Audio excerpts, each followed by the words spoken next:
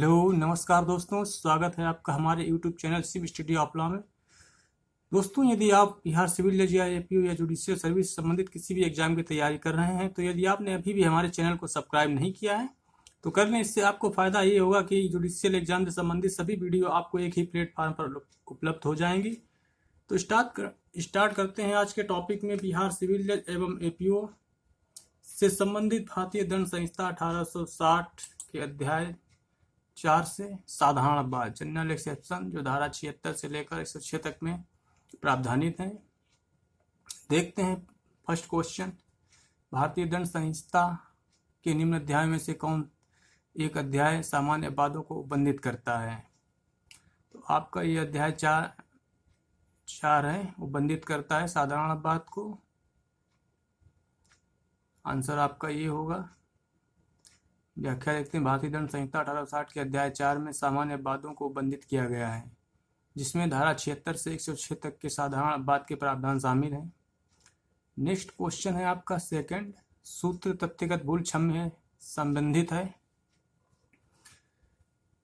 इसका आंसर भी है भारतीय दंड संहिता की धारा 76 से है। धारा 76 में प्रावधान किया गया कि विधि की भूल क्षम्य नहीं है, तथ्य की भूल क्षम्य हो सकती है। व्याख्या देखते हैं। तथ्यगत भूल क्षम्य भारतीय दंड संहिता 1860 की धारा 76 से संबंधित है, जिसके अनुसार कोई बात अपराध नहीं है जो किसी ऐसे व्यक्ति द्वारा की जाए जो कि उसे करने के लिए विधि द्वारा आबद्ध हो, या जो तथ्य की भूल के कारण न कि विधि की भूल के कारण सद्भाव पूर्वक विश्वास करता हो कि उसे करने के लिए विधि द्वारा आबद्ध है, तो तथ्य की भूल कही जाएगी। नेक्स्ट क्वेश्चन है आपका 3, यदि किसी व्यक्ति का कृत्य सामान्य अपवाद के अंतर्गत आता है तो उसे कोई भी दंड नहीं दिया जाएगा, क्योंकि सामान्य कृत्य जो होता है वो तथ्य की भूल के अंतर्गत आता है।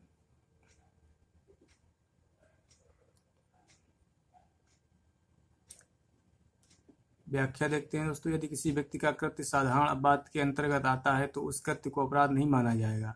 साधारण अपवाद वे परिस्थितियां हैं जिनमें कारित कृत्य आपराधिक मनस्थिति के अभाव के कारण माफ कर दिया जाता है। भारतीय दंड संहिता में ऐसी परिस्थितियों को 2 भागों में बांट दिया गया है। एक है तथ्य की भूल और दूसरा है विधि की भूल। देखते हैं नेक्स्ट क्वेश्चन। क्वेश्चन नंबर 4 है, इग्नोरेंशिया जूरिस नॉन एक्यूसेट के सिद्धांत से तात्पर्य है विधि की जानकारी न होना कोई माफी क्षम्य नहीं है। विधि की भूल क्षम्य नहीं है, तथ्य की भूल क्षम्य हो सकती है। धारा 76 से संबंधित है। व्याख्या देखते हैं। भारतीय दंड संहिता की धारा 76 उस लैटिन सूत्र को व्यक्त करती है जिसका अर्थ है कि तथ्य की भूल क्षम्य है, विधि की भूल क्षम्य नहीं है। Ignorantia facti excusat, ignorantia juris non excusat. Next question है आपका 5, निम्नलिखित में से कौन भारतीय दंड संहिता की धारा 76 के अधीन तथ्य की भूल का आवश्यक तत्व नहीं है? आंसर देखते हैं इसका डी, विश्वास तथ्य अथवा विधि की भूल के कारण होना चाहिए।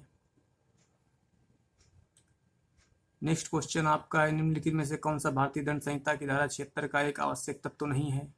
एक व्यक्ति द्वारा किया गया कोई कार्य जिसे करने के लिए वह विधि द्वारा बाध्य है अथवा बाध्य होने का विश्वास करता है, तथ्य है। विश्वास तथ्य की भूल के कारण होना चाहिए, ये भी एक तथ्य है। विश्वास सद्भाव से किया गया होना चाहिए, ये भी एक तथ्य है। विश्वास विधि की भूल के कारण हो सकता है, ये तथ्य नहीं है धारा 76 में, क्योंकि विधि की भूल क्षम्य नहीं है, सिर्फ तथ्य की भूल क्षम्य है। तो आंसर आपका डी है इसका। नेक्स्ट क्वेश्चन देखते हैं। किसी आपराधिक आरोप के विरुद्ध बचाव होने के लिए भूल को निम्न से संबंधित होना चाहिए, केवल तथ्य से संबंधित होना चाहिए, विधि की भूल क्षम्य नहीं है। तो इसमें आंसर आपका केवल तथ्य से संबंधित हो, विधि से संबंधित हो, सी है, चाहे तथ्य से चाहे विधि से, और तथ्य विधि दोनों से। तो ये आपके बी सी डी तीनों गलत हैं, आंसर आपका ये सही है इसमें। नेक्स्ट क्वेश्चन है कि भारतीय दंड संहिता के अंतर्गत तथ्य की भूल के लिए बचाव के लिए वास्तविक भूल पर्याप्त है, कार्य युक्त होना चाहिए, कार्य युक्त तथा सद्भावपूर्वक किया जाना चाहिए। कार्य युक्त तथा सद्भावना पूर्वक किया गया हो तो उसमें बचाव मिलेगा धारा 76 का, अन्यथा बचाव नहीं मिलेगा। आपका आंसर सी है। देखते हैं इसकी व्याख्या। भारतीय दंड संहिता 1860 के अधीन भूल के बचाव से संबंधित प्रावधान धारा 76 एवं धारा 79 में किया गया है तथा धारा 76 तथ्य की भूल से संबंधित है, जबकि धारा 79 विधि की भूल से संबंधित है। इन दोनों के लिए यह आवश्यक है कार्य युक्त तथा सद्भावना पूर्वक गुड फैक्ट में किया गया हो। रीजनेबल एंड गुड फैक्ट में वर्क किया जाना चाहिए, उसी के लिए आपको रिलीफ मिल सकती है सेक्शन 76 एंड 79 में। नेक्स्ट क्वेश्चन है आपका, निम्नलिखित में से कौन सा बात तथ्य की भूल के आधार पर बचाव से संबंधित है? डीपीपी बनाम बेयर्ड का मामला था, आर बनाम टाल्सन, एक बनाम गोविंदा, वासुदेव बनाम पेप्सू। तो आपका आर बनाम टाल्सन का मामला है, तथ्य की भूल के आधार से बचाव से संबंधित है। नेक्स्ट क्वेश्चन देखते हैं दोस्तों। 10 है, ए ने सद्भावपूर्वक बी को एक प्रेस समझा था जिससे चोट पहुंचाया कि उसकी मृत्यु हो गई। इस मामले में निम्नलिखित कथनों में से कौन सा कथन सही है? ये दोषी है एवं सदोष मानव वध के लिए दायित्वधीन है। ए ने कोई अपराध नहीं किया है क्योंकि वह तथ्य की भूल का बचाव का दावा करने का अधिकारी है। ए हत्या के लिए दायित्वधीन है। ए उपेक्षा द्वारा मृत्यु कारित करने के लिए दायित्वधीन है। आंसर आपका भी होगा, ए ने कोई अपराध नहीं किया है क्योंकि वह तथ्य की भूल के बचाव का दावा करने का अधिकारी है। नेक्स्ट क्वेश्चन आपका 11 है कि भारतीय दंड संहिता की किस धारा में विधि की अनभिज्ञता कोई प्रतिहत नहीं है सूत्र का समावेश किया गया है? धारा 76 में किया गया है। विधि की अनभिज्ञता कोई प्रतिहत नहीं है, धारा 76 है। निम्न लेखकों में से किसने अवधारित किया है कि मनुष्य की कानून की अज्ञानता इसलिए क्षम्य नहीं है की जा सकती है क्योंकि वे उसे जानने के लिए आबद्ध है? बैली ने यह कहा है। नेक्स्ट क्वेश्चन है कि किसी आपराधिक आरोप के विरुद्ध बचाव होने के लिए भूल को संबंधित होना चाहिए। किसी भी आपराधिक आरोप के विरुद्ध अगर बचाव होने के लिए भूल को केवल तथ्य से संबंधित होना चाहिए, विधि से नहीं। केवल तथ्य से संबंधित हो, विधि से संबंधित नहीं होनी चाहिए। आंसर आपका बी ही रहेगा। नेक्स्ट क्वेश्चन आपका 14 है, न्यायालय का अधिकारी ए बाई को गिरफ्तार करने के लिए न्यायालय द्वारा आदेशित किए जाने पर तथा सम्यक जांच के पश्चात ये विश्वास करके जेड बाई है जेड को गिरफ्तार करता है। इन्हें कौन सी भूल की है? इन्हें कोई भी भूल नहीं की है क्योंकि ये तथ्य की भूल है। तथ्य की भूल, विधि की भूल, उपयुक्त ए बी दोनों। आंसर आपका ए है, तथ्य की भूल की है इसने। नेक्स्ट क्वेश्चन आपका 15 है, ये एक न्यायालय का ऑफिसर एम को गिरफ्तार करने के लिए उस न्यायालय द्वारा आदिष्ट किए जाने और सम्यक जांच के पश्चात ये विश्वास करने कि या ही माँ है या को गिरफ्तार कर लेता है। ए ने यहाँ पे कोई अपराध नहीं किया है, ए ने कोई अपराध नहीं किया। आंसर भी है आपका। नेक्स्ट क्वेश्चन देखते हैं, भारतीय दंड संहिता 1860 के निम्नलिखित प्रावधानों में से किसमें कहा गया है कि कोई बात अपराध नहीं है जो न्यायाधीश द्वारा न्यायिकता कार्य करते हुए की जाती है? धारा है आपकी 77 न्यायिकता न्याय कार्य, चूँकि न्यायिकता कार्य करते हुए न्यायाधीश का कार्य के बारे में प्रावधान करती है। धारा 76 आपका विधि द्वारा आवद्ध, धारा 79 आपका विधि द्वारा न्यायनिमोद। नेक्स्ट क्वेश्चन देखते हैं दोस्तों, न्यायालय के निर्णय के अनुसरण में किया गया कार्य निम्नलिखित में से किस धारा में आता है? धारा 77 में, धारा 79, धारा 80, धारा 78। न्यायालय के निर्णय के अनुसरण में किया गया कार्य धारा 78 के अंतर्गत आता है। 79 में विधि द्वारा न्यायनिमोद, 80 विधिपूर्व कार्य करने में दुर्घटना, 170 न्यायिकता कार्य करते हुए न्यायाधीश का कार्य। तो आपका इसमें 78 हो जाएगा। नेक्स्ट क्वेश्चन आपका 18 न्यायालय की आदेशिका का अनुपालन करते हुए सद्भावना पूर्वक किया गया कार्य भारतीय दंड संहिता की किस धारा के अंतर्गत सामान्य वादों के अंतर्गत आता है?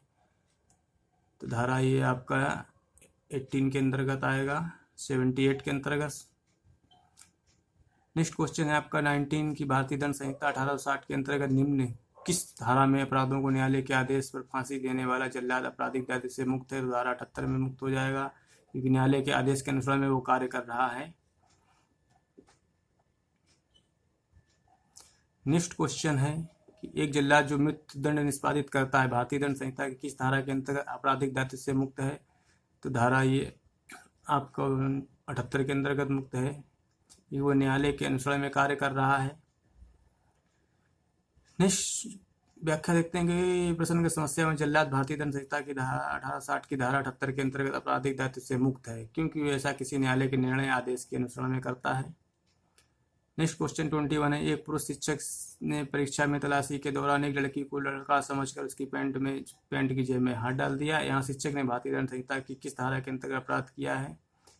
तो शिक्षक ने यहाँ पर कोई अपराध नहीं किया है क्योंकि तथ्य की भूल की है, उसको 76 का बचाव मिलेगा, धारा 76 का। नेक्स्ट क्वेश्चन है कि भारतीय दंड संहिता की निम्नलिखित कौन सी धारा विधि की भूल क्षम्य नहीं है सिद्धांत को समाविष्ट करती है? विधि की भूल क्षम्य नहीं धारा 79 प्रावधान करती है और 76 आपकी प्रदान करती है कि तथ्य की भूल क्षम्य नहीं। 77 न्यायिकता कार्य करते हुए न्यायाधीश का कार्य। 78 है न्यायालय के अनुसरण में किया गया कार्य। नेक्स्ट क्वेश्चन देखते हैं उसको। नेक्स्ट क्वेश्चन है आपका कि ये एक पुलिस ऑफिसर वारंट के बिना जेठ को जिसने हत्या की है पकड़ लेता है, इन्हें कौन सा अपराध किया है? इन्हें कोई अपराध नहीं किया है।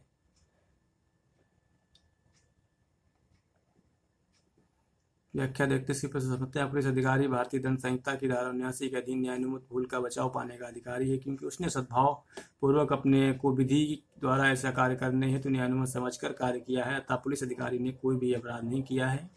नेक्स्ट क्वेश्चन 24 है। भारतीय दंड संहिता की कौन सी धारा कहती है कि कोई अपराध नहीं जो दुर्घटना से घटित होती है? दुर्घटना से घटित होती है, धारा 80 में दुर्घटना। नेक्स्ट क्वेश्चन है कि एक समुचित सावधानी से कुल्हाड़ी से लकड़ी काट रहा था, कुल्हाड़ी का फल निकलकर पास खड़े व्यक्ति को लग जाता है जिससे उस खड़े व्यक्ति की मृत्यु हो जाती है, इन्हें कौन सा अपराध किया है?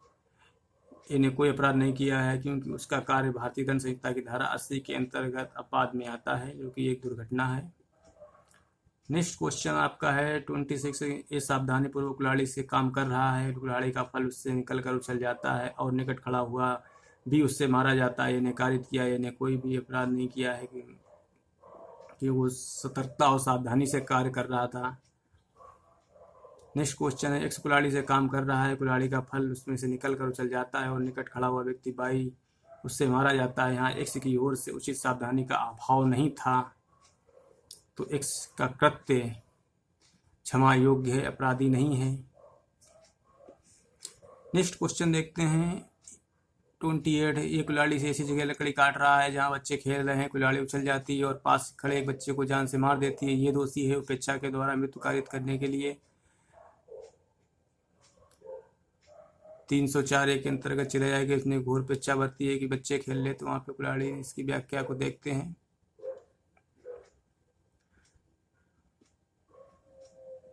प्रस्तुत समस्या भारतीय दंड संहिता 1860 की धारा 80 पर आधारित है। इसमें चूंकि ये ऐसी जगह लकड़ी काट रही थी जहाँ पर लड़के खेल रहे थे, अतः उसका कृत्य उचित सतर्कता और सावधानी के साथ किया गया नहीं कहा जा सकता, इसलिए वे उपेक्षा द्वारा मृत्यु कारित करने के लिए दायी होगी। वे इस धारा के अपराध का लाभ नहीं प्राप्त कर सकती है, उसको धारा 304 में दंडित किया जाएगा।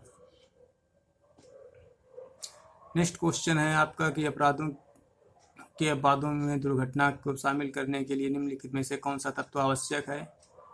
यह दुर्घटना दुर्भाग्य से घटित हुई हो, विधिपूर्ण कार्य को विधिपूर्ण तरीके से करने में हुई हो, उचित सतर्कता और सावधानी के साथ किया गया हो और गुड फैक्ट में किया गया हो, तभी उपयुक्त सभी जो हैं इसके तथ्य सही हैं, दुर्घटना को शामिल करने में अपराधों में ही आते हैं। नेक्स्ट क्वेश्चन है कि एक अंधेरी रात में ये और भी लड़ रहे थे। अपने बच्चे को कंधे पर रखे हुए बी की पत्नी उनको अलग करने के लिए वहां पहुंची। एक का मुक्का बच्चे की कमर पर पड़ गया तथा बच्चे की मृत्यु हो गई। ये दोषी है, ये उपहत्या के लिए दोषी है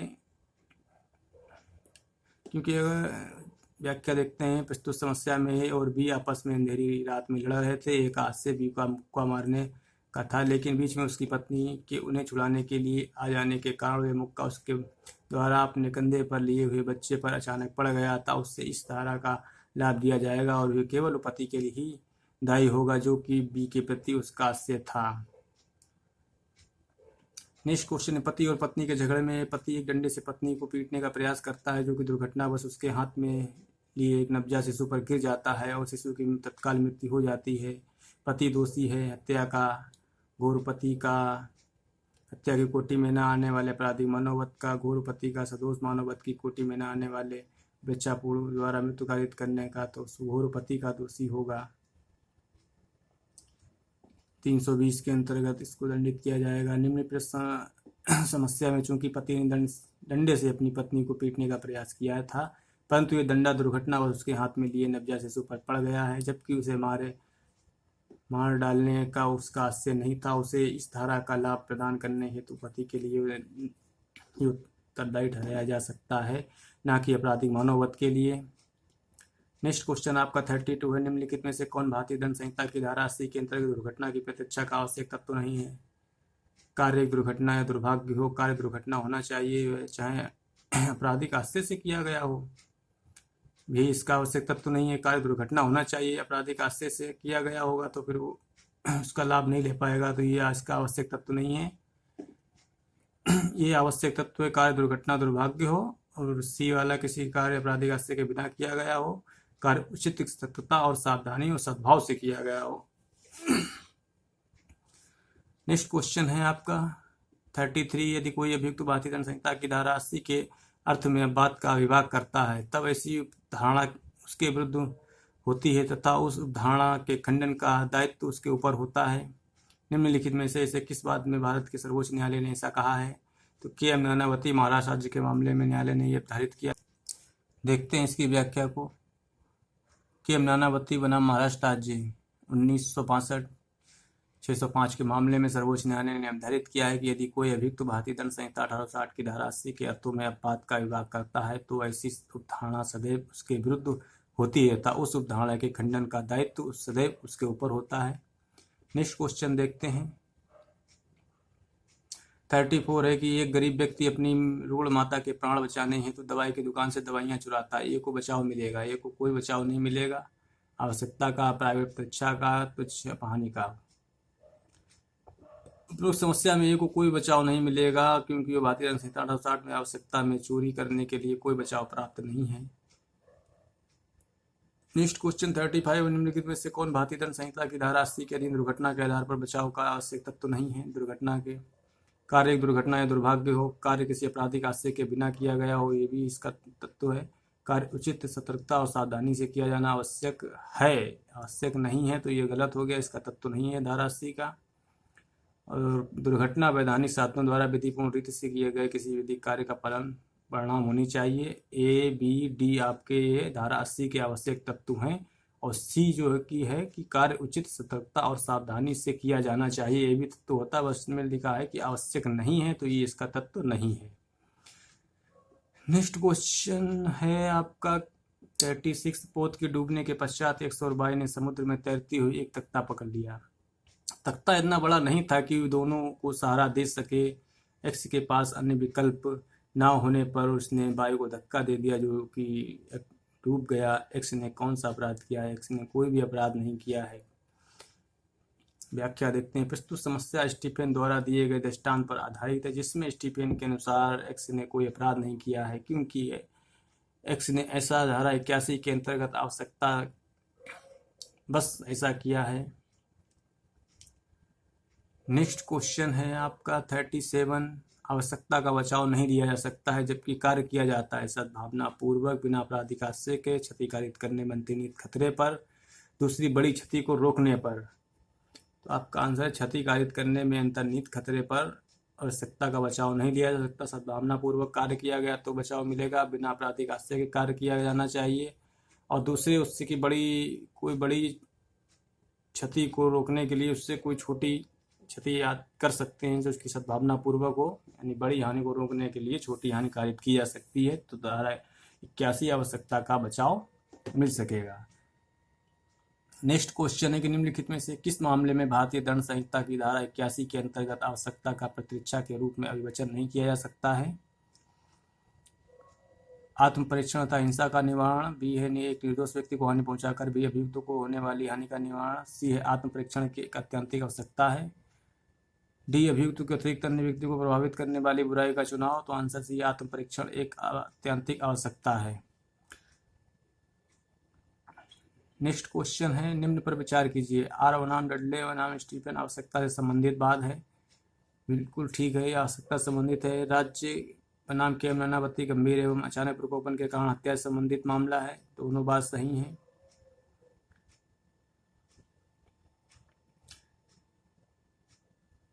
नेक्स्ट क्वेश्चन है 40 निम्नलिखित में से कौन सा बाद आवश्यकता के आधार पर बचाव से संबंधित है। आवश्यकता आर बनाम डडले बनाम स्टीफन का मामला आवश्यकता के सिद्धांत से संबंधित है, धारा 81 से। आंसर आपका सी है। नेक्स्ट क्वेश्चन 41 निम्नलिखित में से कौन सा बाद आवश्यकता के आधार पर प्रतीक्षा से संबंधित है। आर बनाम डडले बनाम स्टीफन का मामला। व्याख्या देखते हैं इसकी। आर बनाम डडले बन स्टीफन का मामला बाद आवश्यकता के आधार पर प्रतीक्षा से संबंधित है। डीपीपी बनाम बेरेट का बाद मतदाता से संबंधित है। आर बनाम लिपेन का बाद स्वैच्छिक मतदाता से। मैग्नाटन का बाद विकचितता धारा 84 से संबंधित है। नेक्स्ट क्वेश्चन आपका 42 है अपने जीवन को सुरक्षित रखना सामान्यतः एक कर्तव्य है, परंतु इसको दूसरों के लिए बलिदान कर देना परम कर्तव्य है। टिप्पणी क्वीन बनाम डडले एवं स्टीफन के बाद में की गई है। किस जज ने की है? लॉर्ड कॉलरिज ने की थी। नेक्स्ट क्वेश्चन देखते हैं। सूची एक को सूची 2 से सम्मिलित कीजिए। नीचे दिए कोड की सहायता से सही उत्तर का चयन कीजिए। बचाव के रूप में पागलपन, सामान्य से आवश्यकता, निजी प्रतिरक्षा। इसका आंसर आपका बी है। ए का दूसरा हो जाएगा। बचाव के रूप में पागलपन। आर बनाम मैग्नाटन, सामान्य आज से वीरेंद्र कुमार घोष।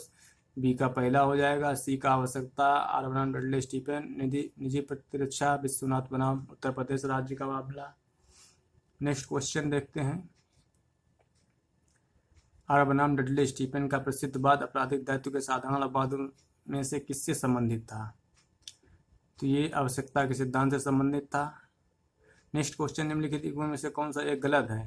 पांडुरंग बनाम हैदराबाद राज्य, सामान्य आज से। आर बनाम मैग्नाटन का वाद विकसित।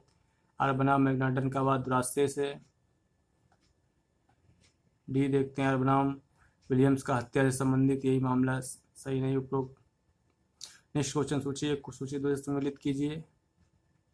नीचे दिए कूट की सहायता। आर बनाम डडले स्टीफन का मामला आपका आवश्यकता के सिद्धांत से बचाव से संबंधित है। मैग्नाटन का वाद चित्र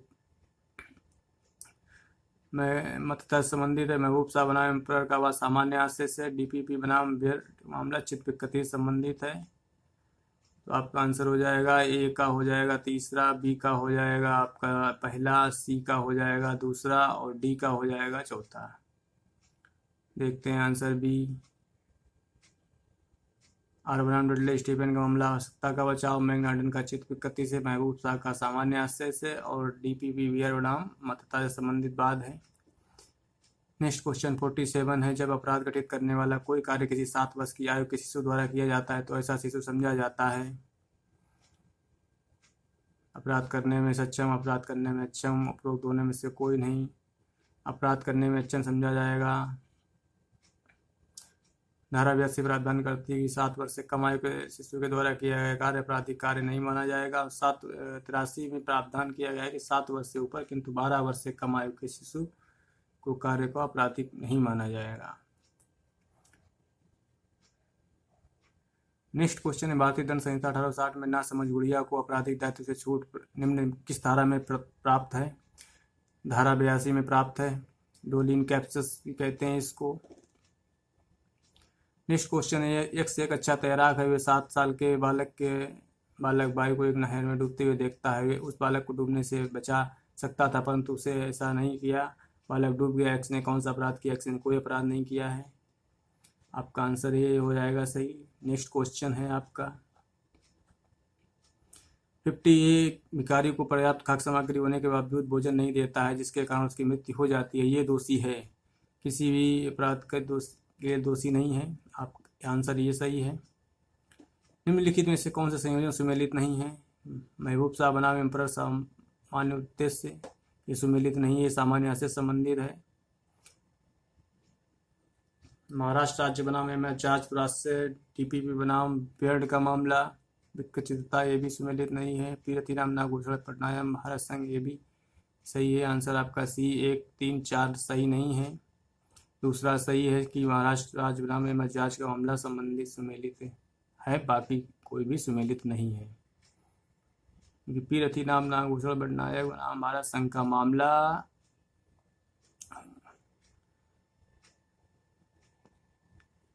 जीवन जीने एवं मरने के अधिकार से संबंधित है। डीपीपी बनाम बीएड का मामला अनिच्छिक से संबंधित है। पीर आत्महत्या का प्रयत्न से संबंधित है। पीरथी राम नागभूषण पटनायक भारत संघ का मामले में जीवन जीने के अधिकार में मरने का अधिकार भी शामिल किया गया था। ज्ञान कौर पंजाब राज्य के मामले में सिर्फ जीने का अधिकार था, मरने के अधिकार को समाप्त कर दिया गया है। नेक्स्ट क्वेश्चन आपका 52 है। आपराधिक दायित्व से उन्मुक्ति के लिए बच्चे की आयु कितनी होनी चाहिए? बच्चे की आयु कम से कम 7 वर्ष होनी चाहिए, 7 वर्ष से कम होनी चाहिए। नेक्स्ट क्वेश्चन, भारतीय दंड संहिता की धारा 82 के अनुसार कोई बात अपराध नहीं जो एक शिशु के द्वारा की जाती है यदि शिशु की आयु कम है 7 वर्ष से। आंसर सी है। सूची 1 को सूची 2 से सम्मिलित कीजिए। सूची 1 को नीचे दिए कोड की सहायता से उत्तर चुनिए। डायरेक्टर बनाम पब्लिक प्रोसिक्यूटर बनाम बीएड का मामला है आपका। सूची में सम्मिलित करना है तो डीपीपी बीएड का मामला आपका मतदाता से संबंधित है। और ये आर बनाम भरोसा देखते हैं, इसका आंसर सी है। डीपीपी बीएड का मामला मतदाता से संबंधित है। रेनिगर भरोसा का मामला आवश्यकता से संबंधित है। आर बनाम बाकर का दुर्घटना से। एम्परर बनाम ओमी का मामला दुष्प्रेरणा से संबंधित है। कितने वर्ष तक की आयु के बच्चे आपराधिक दायित्व से पूर्ण रूप से मुक्त होते हैं? 7 वर्ष से कम आयु के बच्चे आपराधिक दायित्व से पूर्ण रूप से मुक्त होते हैं। 7 वर्ष से कम आयु के बच्चे। आंसर भी है आपका इसका। नेक्स्ट क्वेश्चन देखते हैं। सूचियों को सम्मिलित करना है कोर्ट की सहायता से।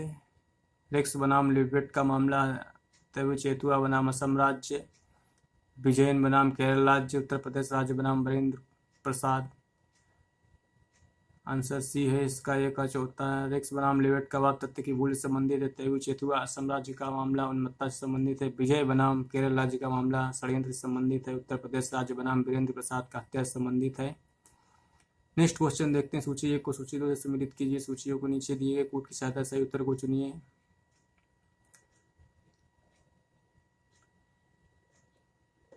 व्याख्या में देखते हैं कि बचाव के रूप में मतदाता डीपीपी बीएड का मामला है। दुर्घटना का बचाव आर बनाम बाकर का मामला। आवश्यकता आर बनाम लिटिल स्टीफन का मामला है। प्राइवेट परीक्षा विश्वनाथ बनाम उत्तर प्रदेश का बाद है। नेक्स्ट क्वेश्चन आपका 58 है कि ये झा की हत्या करने के अरसे से भी जिसकी आयु 7 वर्ष से कम है को उकसाता है वे ऐसा कार्य करे जिससे कि झा की मृत्यु हो जाए। बा उकसाने के परिणाम स्वरूप आ की उपस्थिति में कार्य करता है जिससे बा की मृत्यु हो जाती है। ये ने कौन सा अपराध कारित किया है? ये ने हत्या कारित की है। उसको मारने का आशय था, भले ही वो 7 वर्ष से कम बालक क्यों ना हो, लेकिन जो कि दुष्प्रेरणा ये ने किया है तो ये ने हत्या का अपराध किया है। व्याख्या देखते हैं। प्रयुक्त समस्या में बी को 7 वर्ष से कम आयु का होने का कारण आपराधिक दायित्व से बचाव मिल सकता है, परंतु ए को जा की हत्या कारित किए जाने हेतु दोषी माना जा सकता है। नेक्स्ट क्वेश्चन आपका है 59।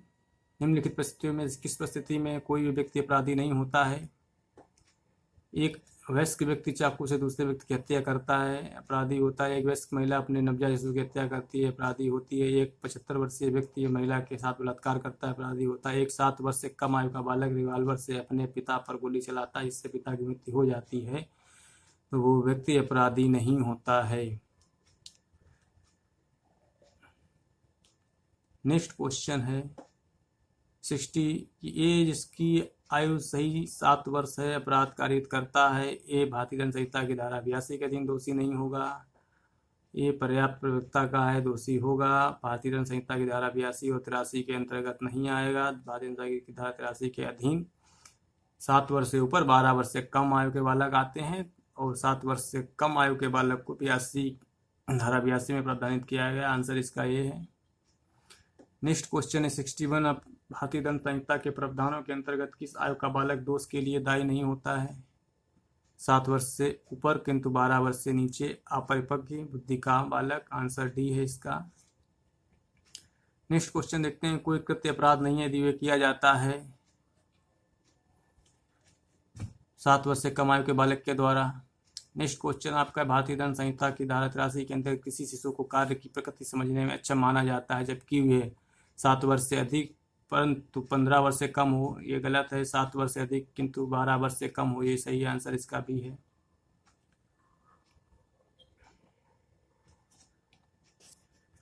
तो दोस्तों आज हमने भारतीय दंड संहिता के अध्याय 4 से महत्वपूर्ण एमसीक्यू को देखा है। अगले भाग में इसके आगे के प्रश्नों को देखेंगे। यदि आपने अभी तक हमारे चैनल को सब्सक्राइब नहीं किया है तो सब्सक्राइब कर लें, क्योंकि इससे आपको फ़ायदा ये होगा कि जुडिशियल सर्विस संबंधित सभी वीडियो आपको एक ही स्थान पर मिल जाएंगे। दोस्तों मिलते हैं अगले टॉपिक में, तब तक के लिए bye bye and take care. जय हिंद।